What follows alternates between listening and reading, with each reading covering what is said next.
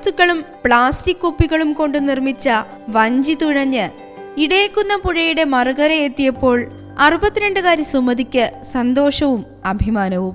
കഴിഞ്ഞ 8 വർഷമായി ഹരിതകർമ്മ സേനാംഗമായി പ്രവർത്തിക്കുകയാണ് സുമതി. അങ്ങനെ കിട്ടിയ പ്ലാസ്റ്റിക് കുപ്പികളാണ് സുമതിയുടെ വഞ്ചിയായി മാറിയത്.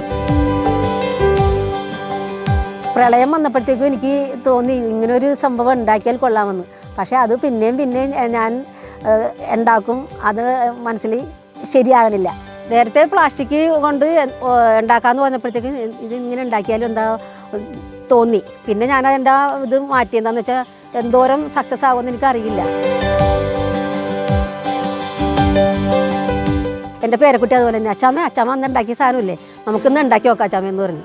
ഉണ്ടാക്കിയിട്ട് എൻ്റെ മെമ്പർ അന്ന് ഉണ്ടായ വലിയ മെമ്പറായിരുന്നു.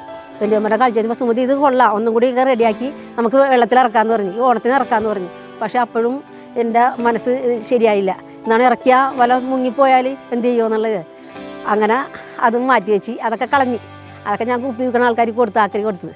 പിന്നെ അത് കഴിഞ്ഞ് ഇപ്പോൾ ഈ സാധനം ഈ ഹരിതകർമ്മ സേനയുടെ ഒരു മത്സരം ഉണ്ടെന്ന് പറഞ്ഞ്.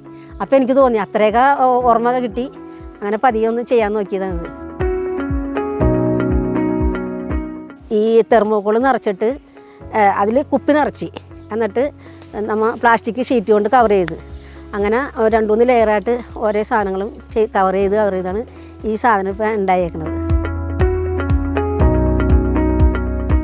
ഒന്നും കൂടി നന്നാക്കാം എന്നുള്ളൊരു തോന്നൽ വന്നിട്ട് ഇന്നലെ ഞാൻ ആക്രിക്കടയിൽ ചെന്ന് ചോദിച്ച് ഒരു ഫ്രിഡ്ജിൻ്റെ. അപ്പോൾ പുള്ളിക്കാരൻ പറഞ്ഞ് 250 രൂപ എന്ന് പറഞ്ഞു.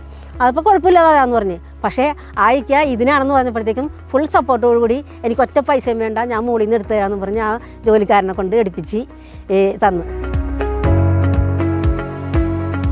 പൈസയൊന്നും ആയിട്ടില്ല അധികം.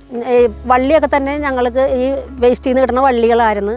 നല്ല സ്മൂത്തുള്ള വിലയുള്ള വള്ളികളൊക്കെ ഞാനെടുത്ത് പാക്ക് ചെയ്യും. എന്താണെന്ന് വെച്ചാൽ ഞങ്ങൾക്ക് ചാക്ക് കിട്ടണം. അത് കാരണം ഞാനതെടുത്ത് വെച്ച് പിന്നെ സെല്ലോ ടേപ്പ് പൊടിച്ച പൈസ ആയിട്ടുള്ളൂ എനിക്ക്, അല്ലാതെ വേറെ പൈസയൊന്നും ആയിട്ടില്ല. പഞ്ചായത്ത് മെമ്പർ ബെന്നി ഫ്രാൻസിസും പിന്നെ കോർഡിനേറ്റർ അവരുടെ സപ്പോർട്ടും. ഞാൻ പറഞ്ഞത് ആവില്ല എന്ന് പറഞ്ഞാൽ ഇല്ല, ആകും സുമതി എന്ന് ഇവർ രണ്ടുപേരും.